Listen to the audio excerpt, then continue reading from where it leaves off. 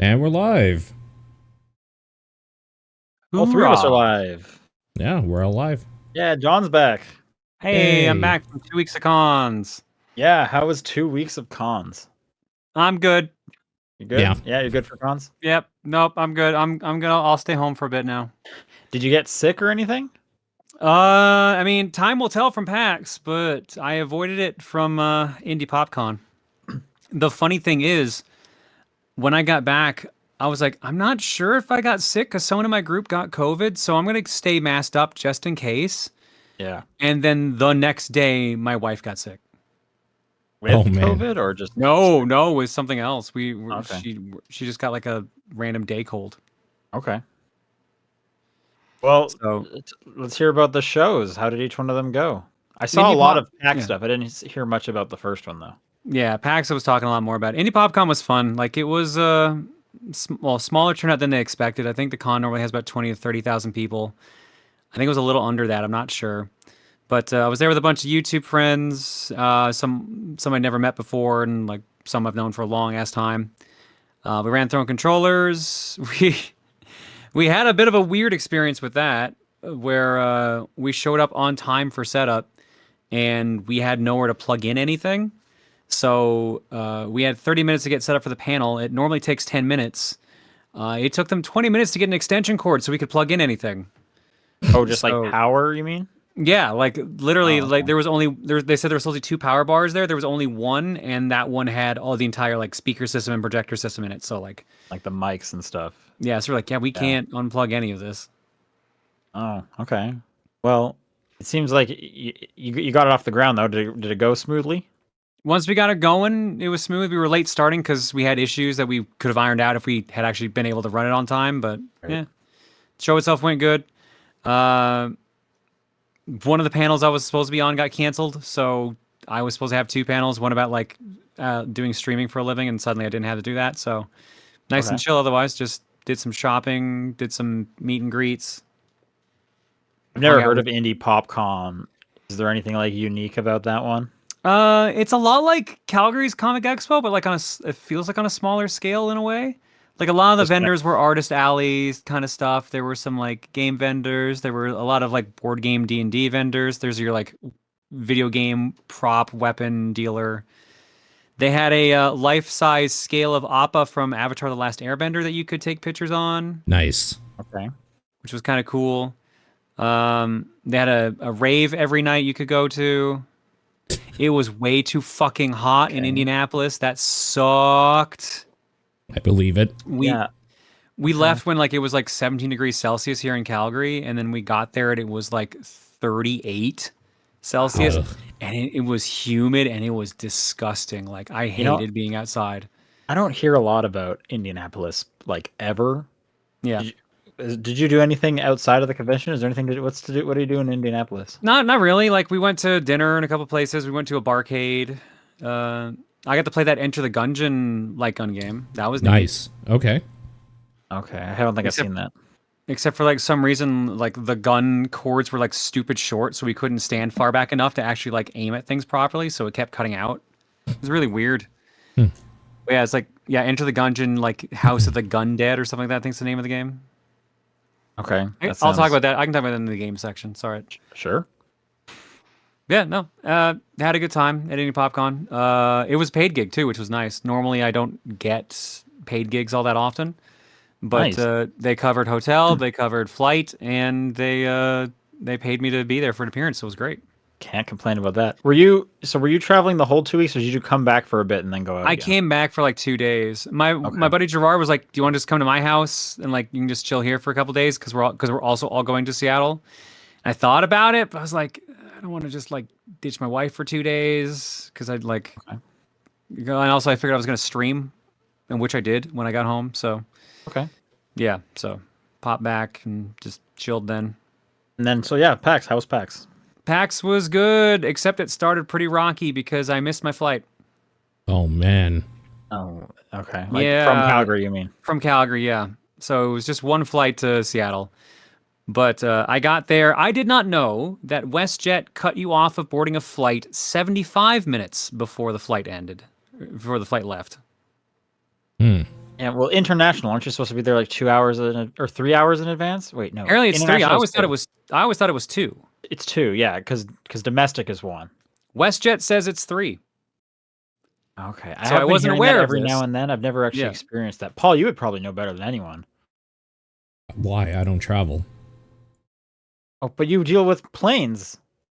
I don't deal with people and passengers, so why would I know? I assumed through osmosis maybe you would. I'm sure you know more about planes than anyone I know, regardless. Okay. What does that have to do with boarding times? He's got a point. Boarding times for a plane. Yeah, that doesn't matter. What are you even talking about? Okay. Well, John, what you should have called up Paul and asked him to get you in. You're right. Yeah, I should have. that's what I'm trying to say. Clearly would have worked out great. Just sneak you in, yeah. Just Paul would have been like, federal, WestJet, I know a guy. federal like felonies just to get John to PAX. Anyways, what Yeah. happened was I tried to get there 2 hours early, which I figured would be plenty of time. Traffic got us stuck, so we didn't get there till close to an hour and a half before the flight left. I saw a giant lineup in international to go to the kiosk, so I figured I'd go to one of those like little booths where you can just check in yourself. Yeah. So the self check-ins, and it wouldn't let me check in. For some Those reason, things- it kept saying like, yeah, you can't check in. Like you don't have your ticket checked in, so we can't print out your passes. I'm like, what the fuck's going on? I've done this before. Why is it not working? So Those things never work for me if it's an international one because I'll be putting in my info, which like, I live in the States, blah, blah, blah, but my passport's Canadian, so they can't do like visa stuff. So I just ignore them every time because I'm like, I'm going to get like 99% of the way and then it's just going to be like, nope. Weird. Yep. So it was weird. It wasn't working. So I hopped in the line Yeah. and started checking in on my phone, and it was working great on my phone. So I was Yeah. like, okay, perfect. Like I'll just check in on my phone. I'll stay in the line for a bit, and then when it's done, I'll slide over to the kiosk, print out like my tickets and my tags, and I'm fine. And then as I get to the confirm everything button, it throws an error. Oh. Right. Well, you're still in So- line at least though, so that's your backup, right? I slid out of line to go Oh. check the kiosk because Oh, I was no. like, because it said you're checked in for your flight. It's just a weird error has happened. Go check in with the kiosk. So Oh, I'm like, no. okay, go check the kiosk. Kiosk says nothing. I can't check in again. I get back in line, and then they call out, hey, anyone here for their flight for Seattle? I raise my hand, and they're like, yeah, we got to rebook you. You missed your flight. I'm like, what are you talking about? It's not even 5 yet. What's going on? It's like, yeah, no, you have to be here 75 minutes beforehand to check in. We can't take your luggage or can't check you in. Like, the fuck you talking about? It's always been 60. It's like, nope, 75. So I told them, so what am I supposed to do? This is a work trip. And they're like, okay, so there's no more flights that we handle out of here right now. You don't understand, ma'am. Those video games are not going to play themselves. No, I had to run the panel and shit. So like that's Yeah, no, why I I was know. like trying to. So they're like, yeah, well, like we can't get you in. There is like another flight with another airline, but we can't do that here. So you go call the airline, go call WestJet helpline. They'll tell you what to do next. So I get out of the line, call the helpline, explain what happened, and they tell me to get back in the line and talk to the person at the kiosk because they have to call them so they can get me straightened out. So I get Right. back in the line. I wait a half hour. They bring me up to the front. And the girl's like, hang on, let me go talk to my supervisor. Goes, talks to her supervisor, comes back. Hey, yeah, sorry, we're not doing any like ticket rebooking here at this place. So I'm going to have to send you to domestic to get that done. So What? for those who don't know, Okay. yeah, they're doing booking at domestic. So the opposite end of the airport. Yeah, it's a different terminal completely. Yeah. So I go to the opposite end of the I have airport. also seen between Canada and the States, sometimes they'll do it in domestic, which I hate because it's like that is not how it works. Makes I know no they're sense. really close, but it's like words mean things. Yep. Yeah. Yep. So I go down to domestic. I tell the lady at the line, and she says, "Get in the line." I wait another half hour in line. She doesn't tell me. She won't let me skip it. Yeah. So wait another half hour. Get up to the booth, and they say, "Yeah, there was another flight we could have gotten you on with a different airline, but because you took so long, But we you're couldn't late. get Yeah. you in." Yeah. Yep. So there's no more flights we can get you on today. So we're gonna book you as like having missed your flight. So tomorrow we'll have to get on another flight at the same time you're supposed to get on today, and you have to pay the full price of $450 Canadian. Ugh. I'm like, that's unacceptable. Yeah, I was here on totally. time. Like, look at the cameras if you need to. Like, I was here on time. It wasn't working. So she's like, okay, Go call this line. Go talk to them and see if you can work it out. It's the same fucking line I called the first time. Yeah. So I go to another corner of the fucking airport, call the line, tell them everything. They say there's nothing I can do. You have to pay for a full ticket. I'm like, can I escalate this? This is insane. Yeah. So they escalate to someone else. I tell them everything. They check everything. They check all the times I tried to check in. Yeah. And apparently my time on the phone when it kind of booted me out was exactly at 75 minutes before the plane left. So I got So if it locked didn't out of boot it you then. out, it would have been fine. Completely. Yeah. Yep. Well, actually, if the kiosk had fucking worked in the first place, you would have been If like the kiosk 5 had to 10 fucking minutes worked, early. it would have been fine. Yeah. Yeah. So I was very pissed about that, but she's like, yeah, we can't do anything. The lady even said, like, honestly, your best thing to do is go home, check on Expedia or one of those other sites and our partner sites, see if you can get the flights for cheaper. Because, yes, like, there's 2 flights tomorrow. One's early in the morning, but it's $750 because all we have left is premium. And then the one at the same time is like $450. So I'm like, this is unacceptable, but I'll go figure it out. Went on Expedia, found a slightly earlier flight than the one I would have taken the next day. And was like, okay, cool, I got to pay for it. It sucks, but I also miss out on a day of the hotel, which means I saved some money. So it only costs did the half as hotel much. give you a bit of money back? The hotel actually let me have the day for free. Which was Wow. nice. Oh, wow. Okay. So that was a big saving grace there. That's awesome. Yeah. So I get to the airport the next day. Reese's like, we're getting you there 3 hours early. This was stupid. We're making sure you're fine. Yeah. I get to Alaska and they say, all you gotta do is be there 60 minutes before check-in time and you're fine. So I'm just like, you fuckers, you can't be serious. Yeah. So check in, go through security, no I problem. was expecting you almost to say like, "Oh, you got here too early, sir. Sorry, we can't put you on." I the was plane." expecting that too. Legit. I thought I was gonna get there and they weren't gonna let me in. And I was gonna have to wait an hour. No. So it's done. It was just a completely stupid runaround. Okay. When I got there, Well- the con itself was great. Like I had a great Okay, well, time. That's good. Yeah. But Yeah. I missed the first day of the convention. The second day I got ready for the show, so like I didn't go to the show floor. Throwing controllers went great, except I lost my voice halfway through it. So like my voice was like straining to do like the rest of the hosting duties, and then we did a 2.5-hour meet and greet after that. Yeah. So we did that, and then I had no voice for day 3, but I got to at least see one of the show floors, and then on day 4 I got to see the other because they got a new building now. I So heard about that. Yeah. the new Okay. Seattle Convention Center is very nice. Cool. But it doesn't hold all the entire convention. They're still in the old building and the new one. It's just that they're like 2 blocks apart now. Oh, Oh, I didn't interesting. know it was that far. Okay. Yeah. So, and apparently 1/3 of the old building or half the old building was Nintendo's now. They were doing their Nintendo Live event. Right. But that was, you had to buy a separate ticket for that. And I think it was a lottery too. So I didn't get into that. And that's where like all the Nintendo, that's where the Mario Wonder demo was. So I never got to try that out. Okay. Yeah, I got like an press invite to go check out the new building. Just that, and I was all I Just the could think was, building?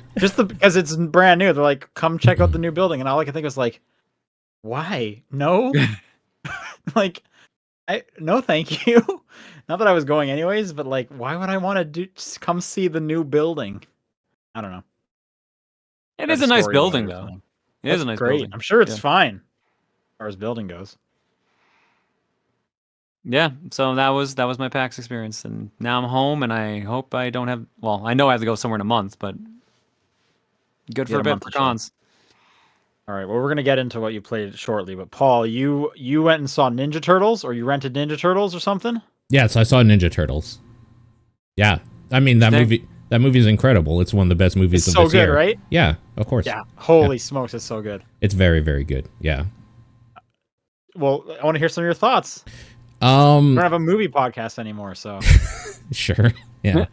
I think the thing I like is that it really felt like if I was my experience as a kid when Ninja Turtles was on TV in the late 80s, early 90s, like it would have been the same feeling if I was a kid now watching this, like it just for like this generation, it had the same kind of corny jokes and like writing and stuff, but it was very sincere in all of it. And I thought there's a ton of heart. and whoever the kids are that did the voice acting, I thought did fantastically.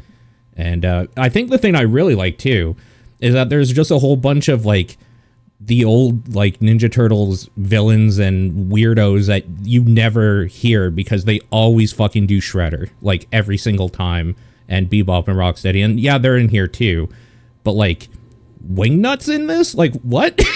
Why? Leatherhead, Mondo Gecko and like all that. Yep. It's so great. yeah, it's crazy. It's so weird and it's great. Yeah, it's absolutely great. My favorite part Mhm. is just how exactly they are like teen boys. Like something Yeah. serious is going on, and they're in the background just like play fighting or just being complete idiots in the scenario. And it's like this is exactly what these guys would be doing. Or they're like Leonardo. Yeah, Oh, so you've seen Nardo. it too, I have John? seen the movie. Yes, Yeah. Oh yeah, I want to hear your thoughts too. I didn't know you'd seen it. I liked it a lot. It was really good. Yeah. My only complaint is I did not like Donatello's voice. I think they made him a little too kiddish sounding. That's my like only real He complaint. does sound really young compared to the others, but I've still thought he did pretty okay. I was okay with it. Yeah. Yeah, the fact that they're like kids is great. And like Splinter with their like Chris party, that was weird and good. the take on Splinter was very, very good, where he was just like kind of just an overprotective dad, and the reason that they like know they're ninjas anyways is because like he just learned like karate essentially from He watched like Billy Blank's kind of era videos. yeah, like very early 90s like karate type stuff and ninja type stuff, and Martial taught art it movies. and taught it to them or whatever. Yeah, it was very cool. I really like the take on the Ninja Turtles. Very fun movie. I also I went and saw just in terms of like movies that I loved this year. I went and saw Bottoms this weekend. Oh, okay. Yeah. Can't recommend that enough. It's fucking hilarious. Really? So if people are looking for it, yeah, I really enjoyed Bottoms. Right now it's like Spider-Verse, Ninja Turtles, Bottoms for like my 3 favorite movies of the year. Damn. Sure. I'm gonna go see some good movies. There's 3 right there. Saw 10 at the end of the month, baby. Yep. I'm excited. Yeah, same weekend as Paw Patrol. So Yep. Good old Saw Patrol. Yep. Gotta do that Saw Patrol double feature. Oh, that's so stupid. Are you ready for like 2 years of movie companies trying to do like double feature name things like that? Oh yeah, it's gonna be suck. terrible. Oh yeah, Yeah, it is. Suck.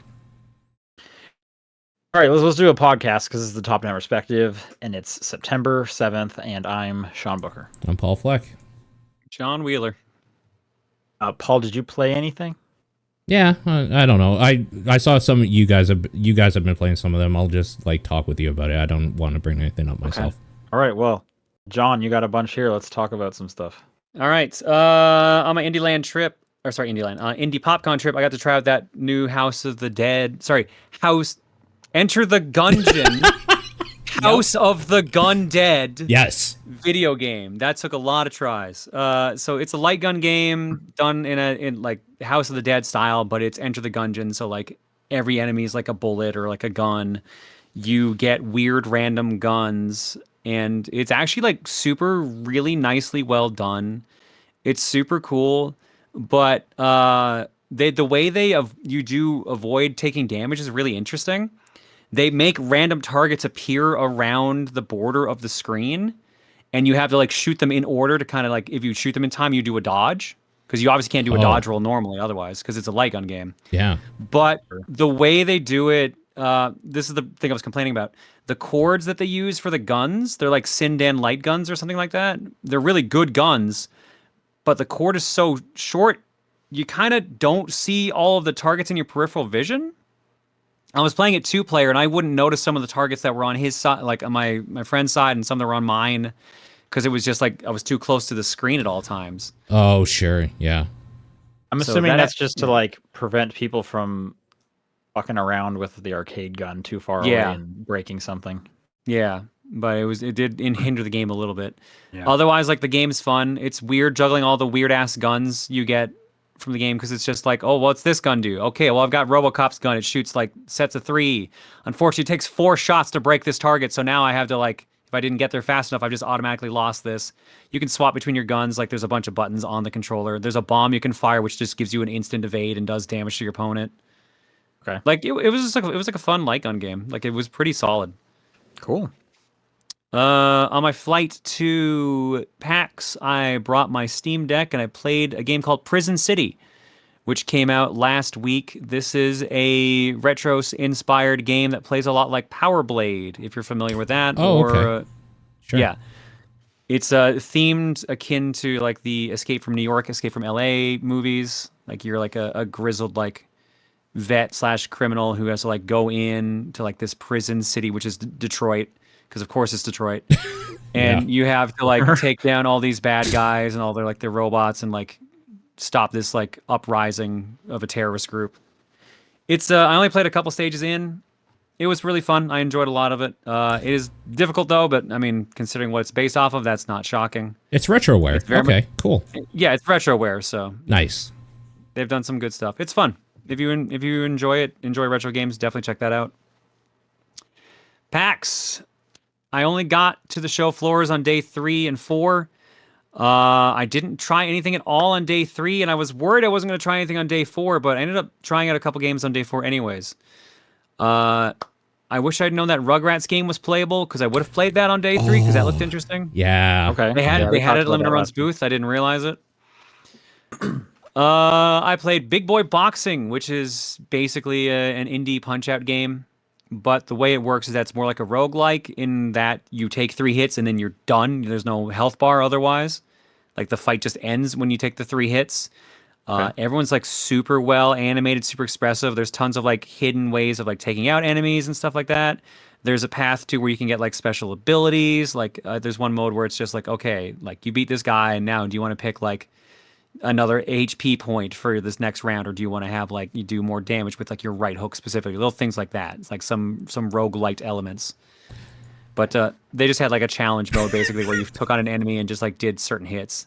You're watching the trailer, aren't you? One of your opponents is 3 kids in a trench coat. Yep. And you knock each kid out as the health bar shrinks and they start attacking you from the side of the map.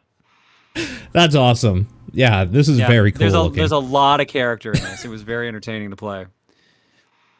I also got to play the new Prince of Persia, The Lost Crown. Okay. Nice. This is really, really good. It looks Sick. good, yeah. Yeah. Good. Like the movement in the game was insanely fluid. Like you had slides, midair dashes, double jumps, like the grabbing bars, wall jumping. It just felt so good to play and jump around in. It was good. The combat felt solid. There's juggling, there's like super moves, there's projectiles, there's parrying. It just felt really, really satisfying to play and just move around. And that game is going to be great when that comes out. I'm so excited to play more of that. I think we looked that up last week. January, I think it's coming out. Was that right? Sounds right. Yeah, I want to say we saw something like that. January sometime. I don't remember why we were talking about Prince of Persia last week. Oh, because the remake, Beyond Good and Evil 2. That's why we were talking about it. Yep. Oh, okay. But yeah, no. Excellent game. Can't wait for that full thing to come out. On the way back, I was given a code for early access to Gunbrella. Okay. So yep. Because Gunbrella's not out till next week, so I have been playing that a bit in my spare time. Umbrella's cool. I've played it at a few preview events. Yeah, it's fun. I did not like that there was no way to swap between the D-pad and the stick. I don't like using the stick for moving in 2D games. Same. Yep. Thankfully, the Steam Deck lets you do that. So I swapped the controls around and I'm enjoying it way more. Sick. Unfortunately, the code they gave me was for a beta version, and a day into playing it, it deleted my save because it went to the full version. So I have to start again from scratch. Okay. Bummer. Which was kind of a bummer, but still enjoyed it. That one's going to be another fun one too when that comes out next week. The movement in that game also surprisingly fluid because you can just kind of midair dash everywhere. The Gunbrella itself just has so many nice movements. Yeah, midair dash, wall jumping, glide, bouncing on spikes. The different ammo types are cool because like you get like a submachine gun ammo, you get like grenades you can shoot out of it. You can add extra health to your bar by like eating food. You can find hidden areas and stuff like that. It's the guys that did Gato Roboto, and that game was a lot of fun. So it's just it looks like a much bigger scale game, and it's real good. I'm excited for Gunbrella. I feel like that thing has been coming out forever. Like it's been so long. Yeah, true. They only announced the release date like a couple weeks ago too, I think. It's very, very recent they announced the release date. Yeah. And the last thing I played, which was what I was playing before I ran out some errands and some meetups today, Void Stranger. This is one of my favorite games this week. This game is incredible. This game is made by the team that did Zero Ranger, which was an amazing, like, super out there shmup that came out a couple years ago. I picked that up this week too. To like, you will love Zero. If you can get through the shmup it. parts, you will love Zero Ranger. Yeah. I played it already. The shmup parts are amazing, but it is incredibly hard on a first playthrough. It's really hard to sight read, I will say. Yeah. But yeah, it's and then cool. Once you figure shit out, like, it gets wild. Oh, it's so good. Yeah. Yeah, but Void Stranger is, I think Sokoban is the term of this kind of gameplay. Yeah. It's like where you like move boxes and stuff around to get through stages. Yeah. So it's like a grid-based movement. You move up, down, left, right. It's like a puzzle game? It is Yes, it starts as a puzzle game, and then it just kind of goes from there. I'm only 30 floors in. Okay. I got... So I'm very early, Paul. Yeah. I got to the first big tree you find, and then it turned off my game when I got there. I love it because you like you know that like there's something going on. It's like you can't say what happens. Yeah, because I made the mistake of like, wow, I don't know how this like mechanic works with the wand. So I just jumped into a pit and killed myself off in the first room. Oh yeah. And then when like the dialogue box comes up, I'm like, oh, I don't know if I want to do this just yet. And did you? I didn't. I did not. I took I said no, and they kicked me out of the game and forced me to reboot the game and start fresh again. Yeah, the game does that a lot. It likes to kick you out. Yeah, I've noticed that. When I went to the trees, like, yeah, take a nap, and they just literally shut off the game on my Steam Deck. I'm like, okay. So you haven't like reopened it since? I have not reopened the game since taking the nap, which tells me it's going to be incredible when I do. You gotta reopen that game. I know. I'm going to play it. So this puzzle game, for reference's sake, like the Zero Ranger team, and I guess now the Void Stranger team, does some weird existential shit with their games, akin to maybe like what Undertale kind of did. Yes, similar in a lot of ways. Yeah, but like I'd say a lot darker in some ways. At least that's the impression I get. Yeah, Zero Ranger definitely did. So yeah, like I know the second I turn that game on, some weird fucking shit's gonna happen, and I'm all fucking hyped for it. But otherwise, it is one of those games where like the main mechanic is you get this wand, which lets you pick up dirt or like dirt blocks and place them in empty spaces. Yeah. I pick up one at a time currently. I don't know if that changes. But it's grid-based movement, and you have to keep in mind the way you're moving when you want to put down things. Like if you move to the right, you can't put anything up because you're not facing up. So you have to learn how to like position your way around the board to like keep that in mind. So I would have to put like a dirt piece below me by putting one down in an area where I could actually point there and just kind of position around. Yeah. I learned you could move the stairwell around too, which I thought was interesting. You know when I learned that? Floor 170.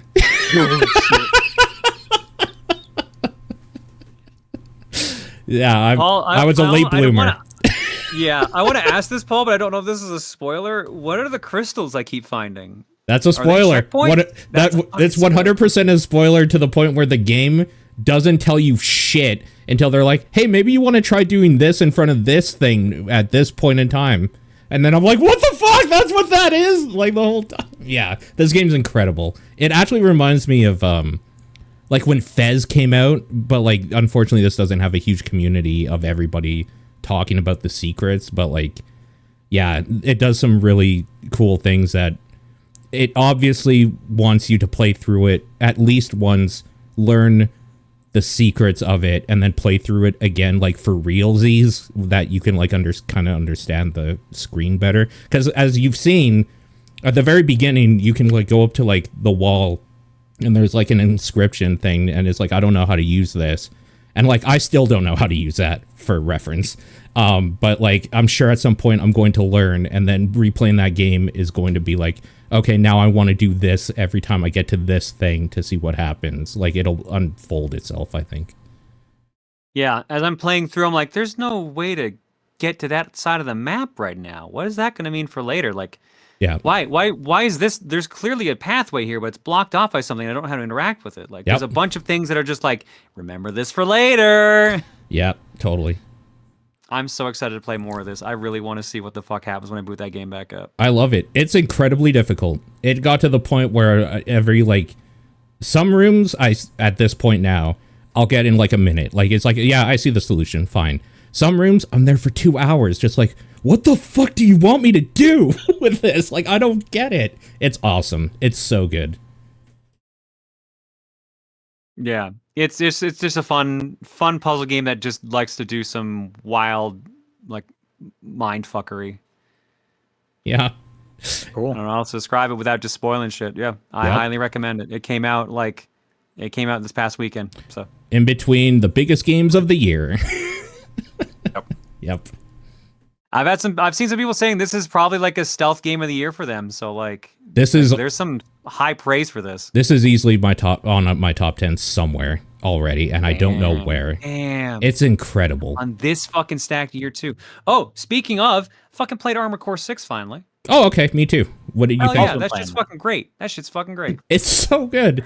I found it very incredibly difficult, and then I started looking stuff up online, and people were like, no, if you use shotgun, it's actually the easiest game in the world, and then I just like wanted to throw my computer out the window. It's like, oh, okay. Well, fuck me, I guess. I guess everybody else just used shotguns, and this game's easy, but not me. Oh, well. No, the second I booted up on stream, that's why I didn't think to write it on the list. And I was just like, I was just going like, yeah. I was having a great time. I'm so pumped to play through that. It's very fast. I've had like a streak of like months of like every game that's been coming out. I'm like, yeah, I'm not into it. And finally, shit I care about is actually clicking with me. I'm like, this is great. This is finally what I feel like I've been missing for the rest of the year. I'm set finally. Yep. That's all I've been playing. Nice. Okay. Hey, I've been playing Starfield. I played the big game. Well, okay. I'm not feeling Starfield, so we're gonna have a discussion about it, I think. So yeah, I started it the other day and played it for a couple hours, so I'm not far in either. Okay. My game time says like 11 hours. I don't know if that's true. I don't feel like I've played 11 hours, but maybe I'm having so much fun. Okay. I don't know. Yeah. I'm enjoying Starfield. What was that, John? I said maybe that's it. Yeah, maybe. I'm enjoying Starfield. It is a Bethesda game.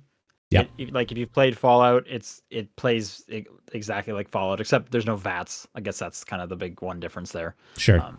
But yeah, I'm enjoying it. I keep hearing over and over again, everyone is like, rush through the campaign, then play New Game Plus, because I guess they gate a lot of like mechanics and stuff into New Game Plus. I think that would explain in a way they haven't a lot. Really, okay. In a way that they haven't really done before. Like there's a lot there. I don't know if I'm going to play this game twice because I don't do that. All right. So I'm not rushing my way through the campaign. I haven't also looked up what they've gated, but I can't imagine it's going to be anything that will really change my mind. So I'm kind of doing a mix of story, and I'm doing basically whatever I want. Yeah. Sure. And yeah, no, I'm having a good time. I think it looks really good. It does. I do definitely think it is one of like the least buggy Bethesda games I have played, for sure. I think like maybe just a bit of stuttering I've gotten it, and that's usually when I'm just kind of like just getting into a new area. It might stutter for a second, and then it's nice and smooth again. But I haven't had like any crashes. I haven't had people like going through walls and stuff. I've definitely heard other people having bugs.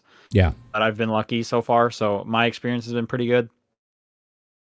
The encumbered sucks. I am always at like 95% encumbered, and I understand everyone's complaining about this, and the like upgrade for getting more is not worth it because you get such a little bit of upgrade when you do that it's just not. So I'm here to tell you, use your companions as walking lockers. That's the only way to do it. Yeah, that was mind-blowing to me when I was like, oh, I can just throw all my shit on this robot. Okay, this is fun again. I also don't even think it's worth like picking stuff up just to be like, oh, I could sell this for quite a bit later. You're going to get so much money from finishing missions and stuff and finding them off dead bodies. Like, do not worry about needing to sell things. Honestly, only pick something up if it is like better than what you have so that you can drop what you have. Right. That's kind of how I've been going about it. That makes sense. So I'm not super far in the story either because I have been doing a bunch of the side stuff. I'm pretty far into like You can join the UC Vanguard, which is kind of like the military faction from the beginning. I did a bunch with them so far, and I'm like still not done their never-ending side quest. Who have I been using as a companion? Or here, Paul, where are you at? Because you've only played a little bit. I did like a full, not maybe a full planet, but they tell you to go to a place as like your first mission when you get your ship or whatever. Like I'm guessing the story's like the same. Home base mission planet, you mean? Like the game starts with you like being a miner or something. You find a thing, and then you're told, "Hey, you should go to this place and like join Constellation." No, before that, there's like they tell you to go to like a like factory or something. I can't remember. There's a planet they tell you to go to, and then Constellation is like after that or whatever. I'm guessing it's probably part of the tutorial on how to like go to a different planet or whatever.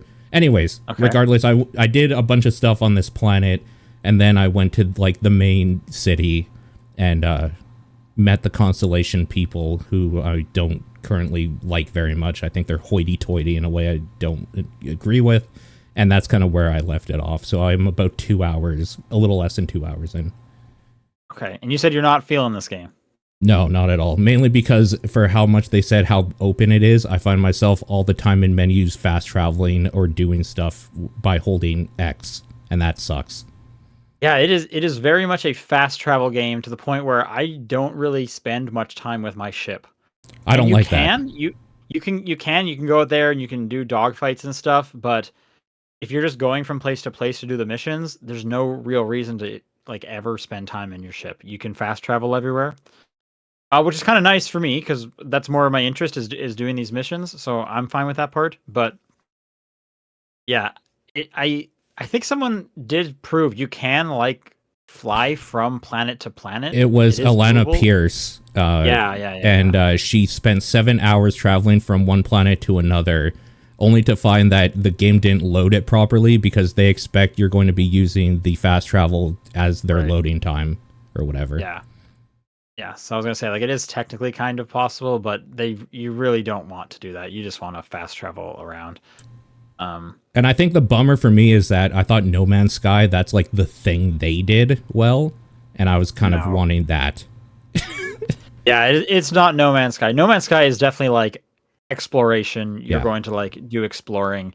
This is, I think the best parts here is I'm enjoying the stories. I think the writing is good. So I think you just stick to the missions. You fast travel between them. I think the combat is like the best they've had for shooters. I really like the feel of the guns actually quite a bit. I'm a big fan of the shooting, weirdly, because I like VATS, and so I was like, I don't know how I'm gonna feel just like Bethesda shooting always kind of sucks. But I thought it was pretty good in this. I like it. Yeah, I don't think it's like great. Like it's not gonna like, it's not gonna go on a list of like best shooters. But I just think it's some of their best shooting they've done. Yeah, for sure. So I don't know. I some of the side missions I've been doing are pretty enjoyable. If you get one called Mantis, which you can pick up pretty early on, but the enemy levels are a little high. I did it when I was around level 12. Okay. And even though everyone I was fighting was like level 20 to 30, it was still fine. It seems like the enemy levels don't really matter, so I don't even know why you would give them levels then. But anyways, that one is pretty enjoyable, and you get some really cool rewards for doing it. So if anyone's listening, do the Mantis side quest for sure. Okay, cool. I mean, I'm gonna keep playing it because I need to experience more of it. Also, I think I just don't like the way that these games do conversation stuff anymore. I don't like the like camera being just going onto like a person's face and then them like having some weird janky like turning to another person in the room. Yeah. Sometimes I just don't it's like all there. that. It is a Bethesda. It's that. Game. Like, yeah, I just don't like it. It's absolutely a Bethesda. And the exploration stuff kind of not being great, at least now. Maybe that gets way better in the end because I also have heard you just want to mainline that story and then like the game completely opens up. I don't know. I also don't know that I'm going to be doing that because there's a lot of shit coming out this year. But like, yeah, I don't know.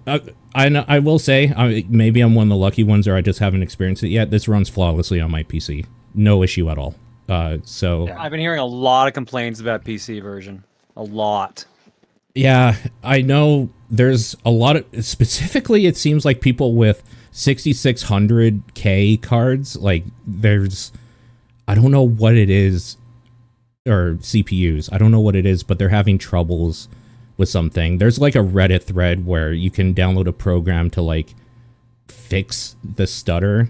So if you're playing Starfield on PC, maybe I can like find it and we can put in the show notes or something, because it might be worth like checking out, or I'll tweet it out or something, because apparently it's worked for like an incredible amount of people. But I have also heard the PC version has been pissing off a lot of people, and I haven't had any issue yet. Thank God. I've just been playing on the Series X, so it's been fine for me over there. I do think it's funny, like with Baldur's Gate 3 coming out kind of so close to it, and that doing like conversations and story so well. It kind of shot Starfield a little bit in the foot, but yeah, that's life. So I will admit the first 10 minutes I was like, oh, this is actual trash, because I had to get my mindset off of just like, yeah, but Baldur's Gate is incredible. So like that writing is like bar none some of the best of the year, maybe of all time, and those characters and the voice acting is incredible the whole way through for like 100 hours.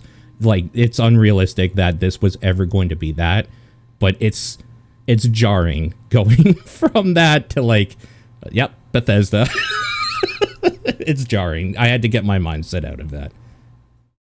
I'm still planning to play a whole bunch of it. I'm enjoying it quite a bit. As someone who like didn't really ever get hooked on the Fallouts I was playing, this might be my favorite Bethesda game.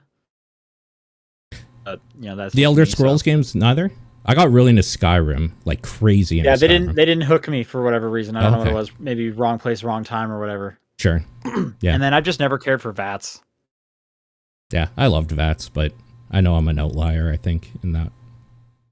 So this is working for me pretty well. So I'm sure I'll see it through. Cool. And yeah, I'll probably talk about it more next week. Other than that, I also getting ready for Mortal Kombat 1. I finally played through Mortal Kombat 11's Aftermath DLC. Okay. Now, I've heard that ending is not satisfying. Oh, I liked it. I mean, I don't care.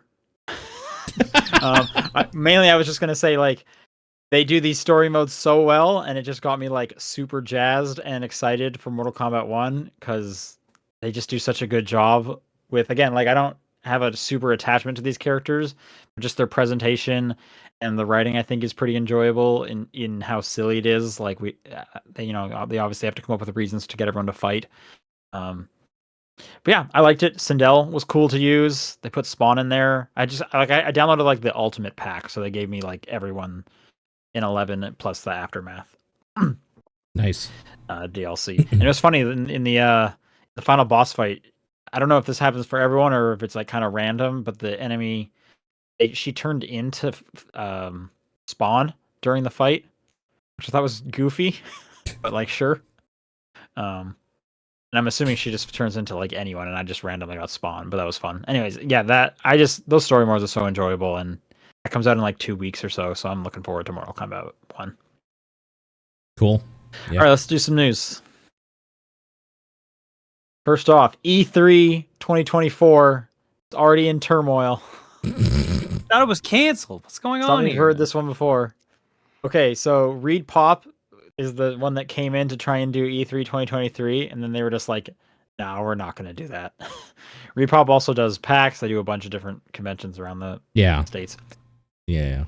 Reed Pop has parted ways with the ESA over E3. The ESA has not canceled plans for a 2024 event. If there is one, it's not going to be at the Los Angeles Convention Center, so that's not a good sign. And apparently they're working on a complete overhaul for 2025. So I have no idea what the 2024 one's going to be. 25 overhaul makes perfect sense. Sure. 24? Like, if it's not, like, what are their options here? Find a different convention center, try and make a big deal about it. That doesn't sound great. Do an online thing? That doesn't sound great. It seems to me like they're going to try and get this off the ground, and the exact same thing with 2023 is going to happen, where no one's going to care, so they're going to have to cancel it and then try again for 2025. I don't know. I think it's done. Yeah. Yeah, Repop's like one of the biggest just in general for this sort of thing, so it doesn't bode well if they're like, you know what? Fuck them. We're not working with those guys. I mean, they like, didn't even they couldn't even do one. I know, like there must have They been came some in, weird shit in the failed back. to do one, Yeah. pieced out. That's not a good look. No, it's really bad. It's incredibly bad because I'm sure they've worked with like difficult or like kind of shitty people or partners before, and everything else goes off fine. So what the hell happened here? I like. Do you think it's fair to use the phrase "beating a dead horse" at this point? It's getting there. This horse It's has been getting dead for a there. while, I think. Yeah, that's what I'm saying. Like, Yeah, are we beating a dead horse at this point to get this back up? Like, beating the skeletal remains. Yeah. yeah, I just, yeah, I don't know, E3 man. I news. feel like everyone has kind of moved on to their own thing. Keighley has a summer game fest. Yeah. Like, as E3 continues to, not have a foothold, everyone is getting more used to the new stuff. So it's going to be harder to like break them off of that and bring them back into E3. Like, I feel like the ship has sailed, but Yeah. who Agreed. knows? We got some Switch 2 reports coming out of Eurogamer and Video Games Chronicle. Eurogamer is saying that the Switch 2, unofficial title, was getting shown off to developers at Gamescom this last August. Yeah, I've heard specifically, this. the demo was a souped-up version of Breath of the Wild with like better specs, better frame rate, better resolution, as well as that Unreal Engine 5 Matrix demo they put out. What was that, 2 years ago on PS5 and Xbox? That was also shown on the Switch too. Okay. Cool. Awesome. So it's going to have DLSS support. Great. That which the Unreal Engine demo shows. Mm-hmm. I don't know. There's not really much information here. These are just reports, so take it with a bit of a grain of salt, but I feel like they wouldn't have reported it without it. I guess it's happening. It's going to be next year, right, guys?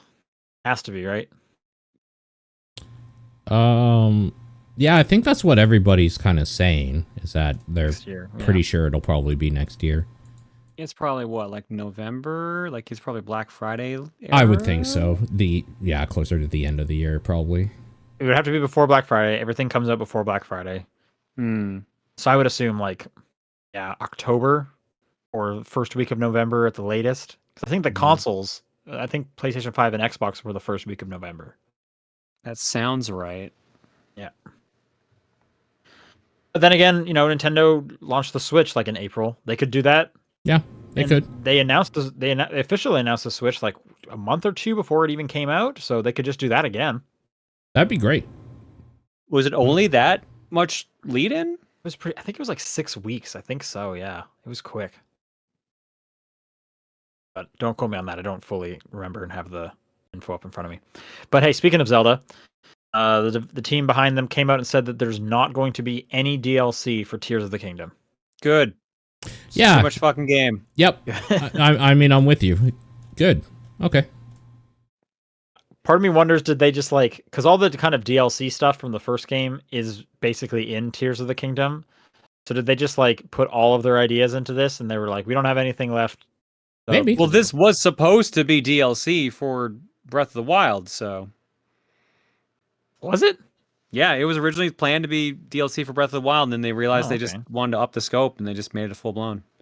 Yeah, they upped it a lot then. I couldn't imagine this ever being just DLC. Anyways, makes enough sense. I'm kind of surprised because Nintendo's been kind of doing at least one thing of DLC for all their games lately, but I'm with you. That game is huge. I'm not done it yet, so I don't need more Zelda right now. I think the Pokemon DLC comes out soon. I do not have time for that. Yeah.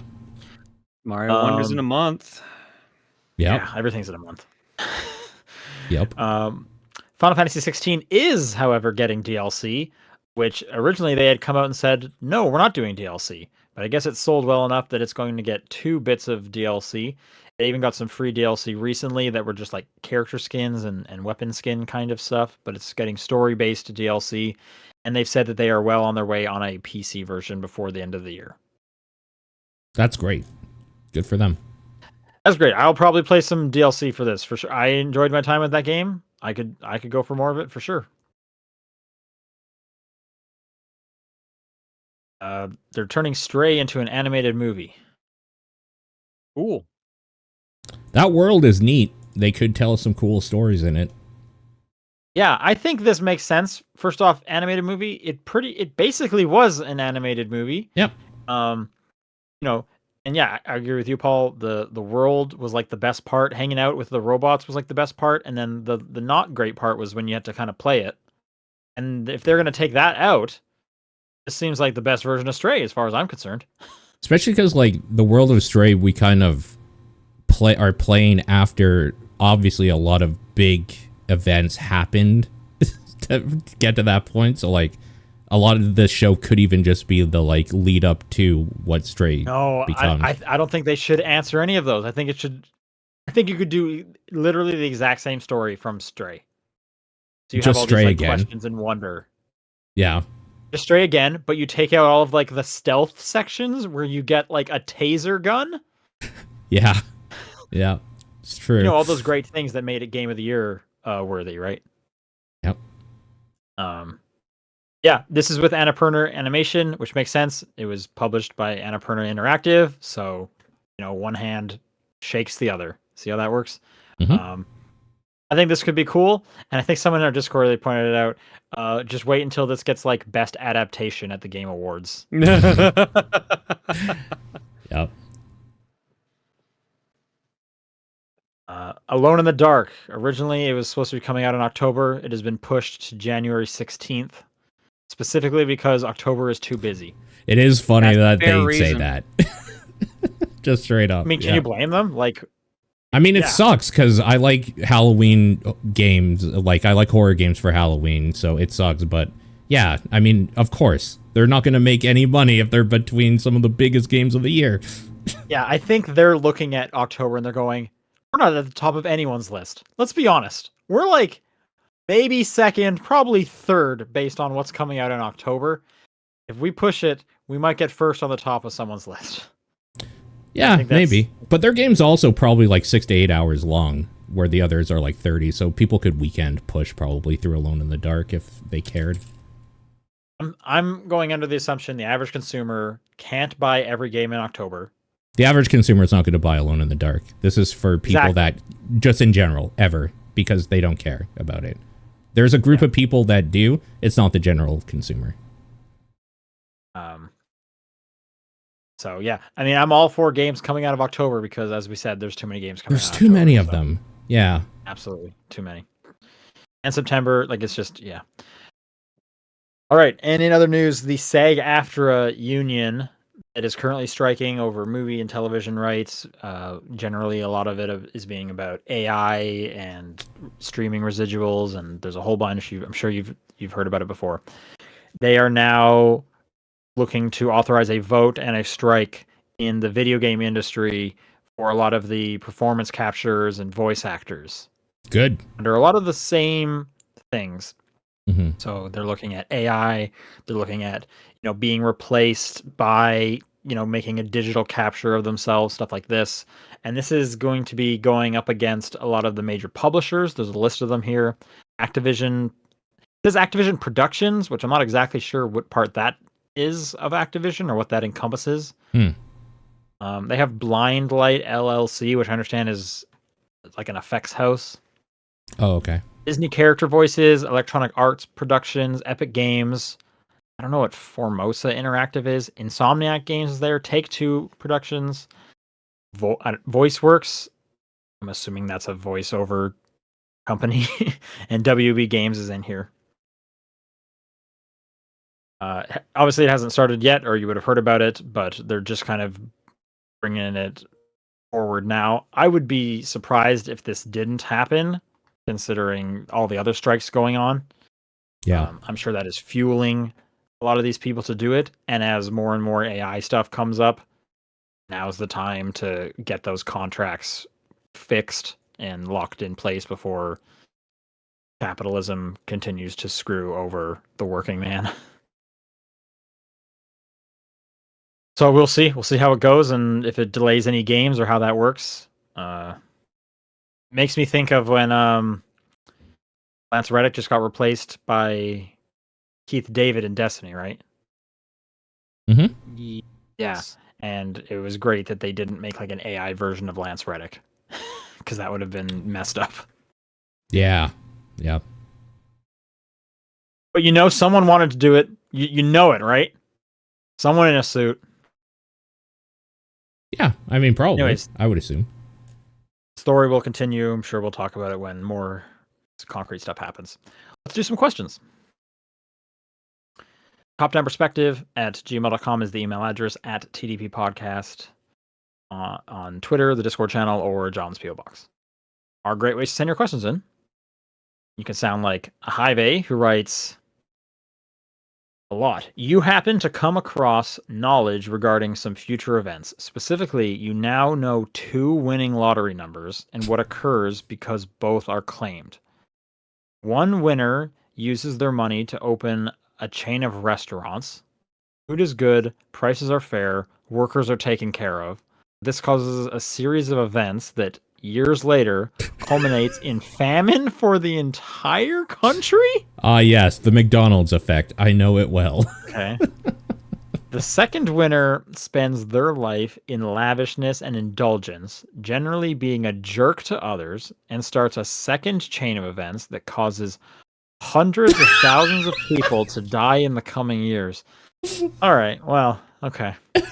However, this horrible outcome is seen by a powerful armada of space conquerors that now decide not to invade. Wait. Oh, jeez. Okay. They fly past, sparing the human race from war and centuries of slavery. How will you apply this knowledge going forward? Take the winning lottery ticket money and use it myself. Yeah, like... You know the numbers, which means you know when they win. Fucking pick them, use it. Like, use the money from the second guy to not be a piece of shit and build like a space fighting armada. Oh no, the monkey paw though. You are that guy now. Oh shit!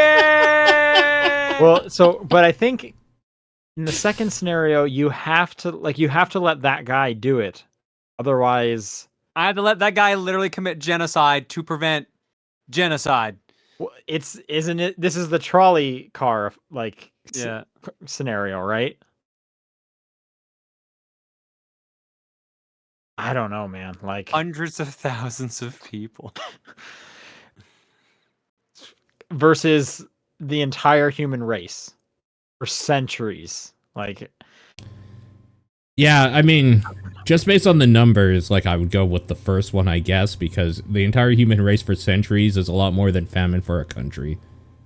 Well, no, I don't think they're specifically asking like which one do you go for. It's both of these things are going to happen. You know about it beforehand. Which one do you? I mean, yeah, the only way you can win then is by literally taking the lottery numbers first. Like, yeah, like somehow you have to intercept this, right? Like, do you kill these 2 people? Well, I mean, honestly, yeah. The famine one you could easily stop, I feel. The genocide one is tricky because that's the whole point of it, is just like, okay, you have an even worse genocide happen if you don't let these people die. So like, Sean's right, it's a trolley problem. Yeah. Like is there any world where you don't just like pop the guy who is going to cause the genocide? It's like, yeah, this is the baby Hitler problem, right? Like, do you kill baby Hitler? Do you kill this guy before he's... problem if there were space aliens watching Hitler? And there might have been. You don't know. What if Hitler was an alien? Check out my new YouTube channel.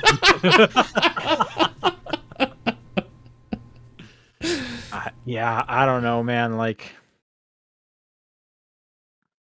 The first one, yeah, you can intercept that one, but the second one is the trolley problem, and I don't know how you go about intercepting that one, like with Like with peacefully. your conscience. Yeah, like exactly. Yeah. Like you lose both ways. That's the trolley problem. Yeah, and that's smarter men than we have pondered that exact problem for millennia. Yeah.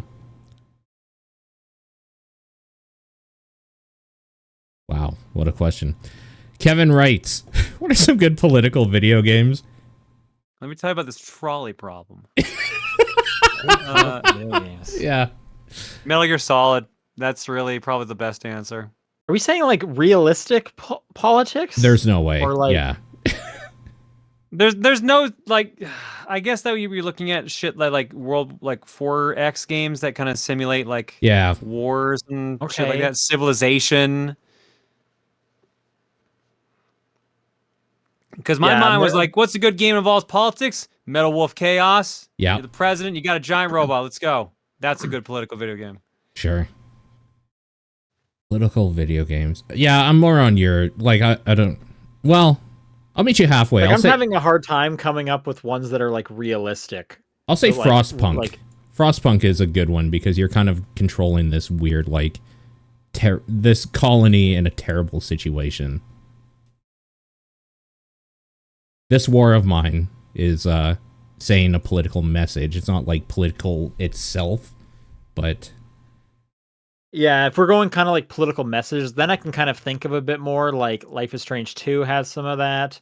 yeah. Road 96, which is a cool visual novel. Papers, Please is a It's great kind of- answer. Yep. Papers, Please, obviously, yeah. Yeah, I can't think of many that are straight up like, here are allegories for the American political system, and this is Donald Trump. Yeah. He's the bad guy. Those definitely exist. What the hell are they called now? Oh my god. Let me quickly... Are you thinking of the Twitch channel where Joe Biden and Trump just nonstop AI yell at each other? No. The political machine is what it's called. Like, these exist. I think I've heard of that political machine. Yeah, there's another one that I can't remember the name of. I'm trying to find too. Is this a game? Well, I mean... Oh, the political machine 2020. I personally don't think so, but I also don't play these types of games. Okay. This thing has very positive on the reviews. Yeah, no, there are definitely, like, if you like political stuff, there are political video games where you, like, lead a campaign and do all that. They exist. They are 100% there for people. How come no one's talking about these? Because people don't like to talk about politics. This is Steam Deck compatible. Yeah, I mean, I'm sure it is. That's the thing where everyone's focusing on right now. Yeah. All right. Rasterman writes in and says, which of these would you rather do? Take a trip to the moon, skydive, scuba dive, or go on a cruise? These the are terrible. Fucking moon. These are all terrible. I'd rather die than do any of these. What? I hate the ocean. I'm not going into it. I hate heights, and I don't like... This is all the same thing of just like an existential nightmare if you are claustrophobic in some way. Except the cruise. The cruise is like the easy one, right? Sure. The cruise, like out of these, the cruise, but I don't want to be on a ship with a bunch of people for like a week. That sounds miserable. None of these sound fun. You still have your room you can go into. Like, yeah, at least there's water parks on cruises. They take stops at places for you to enjoy. That part would be okay.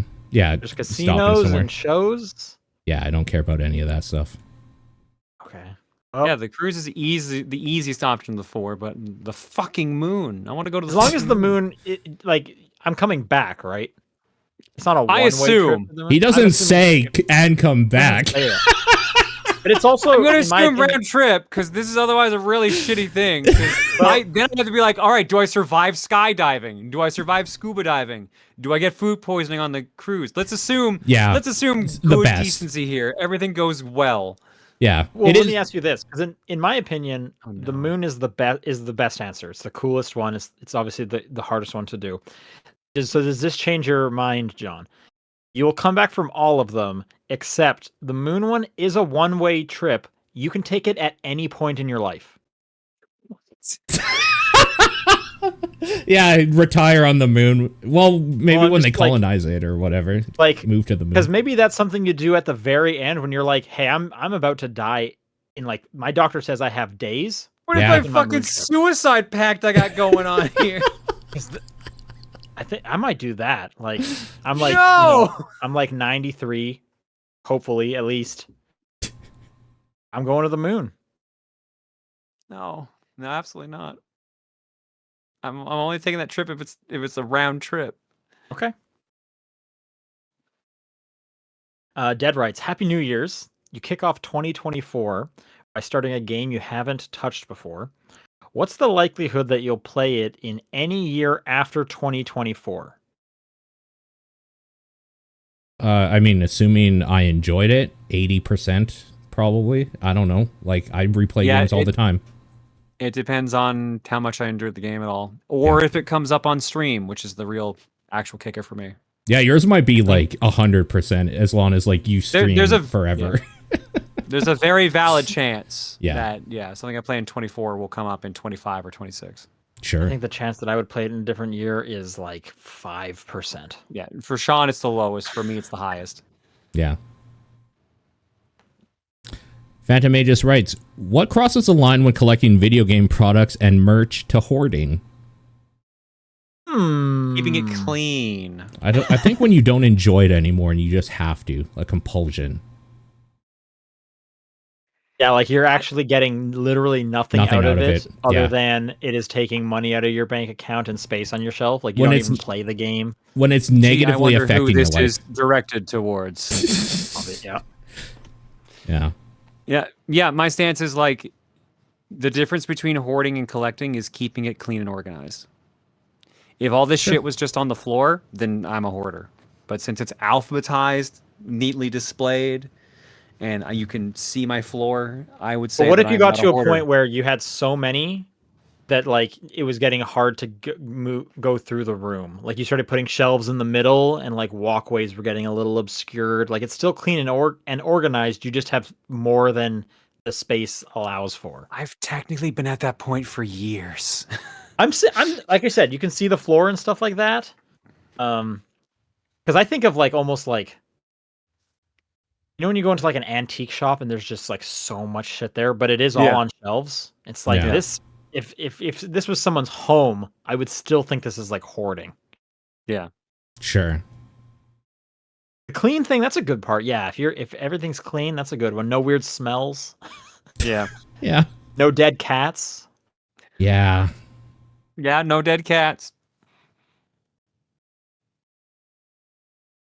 I think that's just the big kicker, is just organizing. Because like most hoarders are just like, there's just piled stuff everywhere. So yeah. And I think if you're still getting like actual enjoyment out of it, and it's not like hurting something. All right, Hayes Hero EX. Oops, sorry. No, go on. Hayes Hero EX says, if you had to change your voice for one from a video game character, who would that be? Okay, so if you're changing your voice to a video game character, who would that be? So what voice actor do I like? Ooh, serious answer and funny answer, please. Bonus answer, select a female character to have as your new voice. The female one, I didn't have one in the top of my head, but someone in the chat mentioned the Baldur's Gate 3 narrator, and her voice is pretty great. She's great. She's got a really good voice. Yeah, I'll probably take that.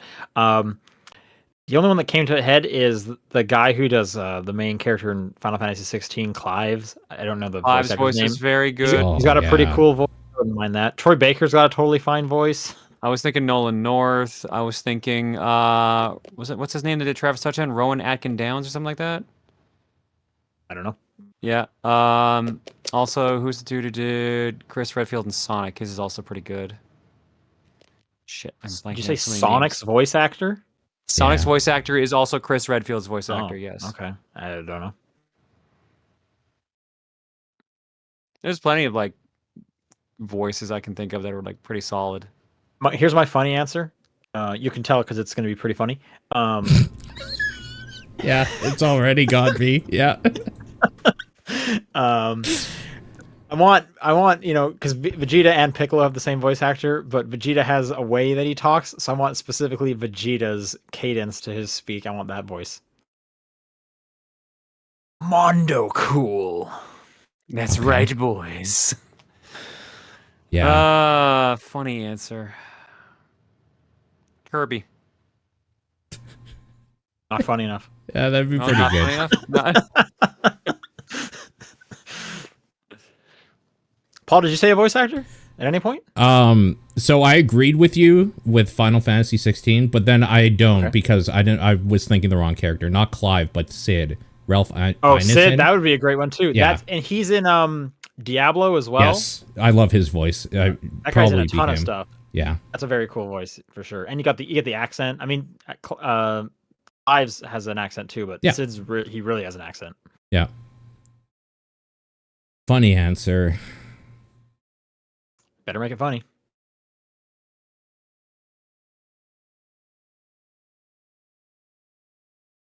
Mario, he's available, right? I hate Mario's voice. He says "wowie zowie" a lot now. Oh, does he? I actually didn't watch that stream, so I do not know Mario's new voice. Wowie zowie.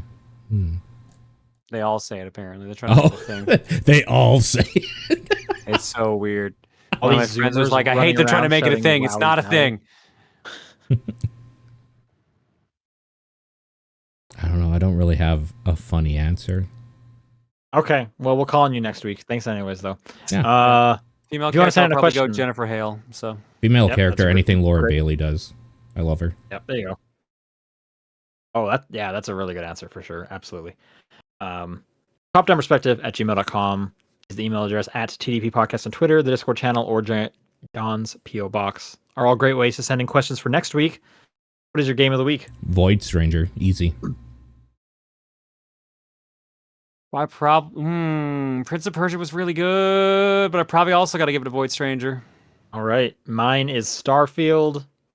Thanks everyone for listening. Welcome back, John. We'll see you guys next week. Bye, everybody. Bye.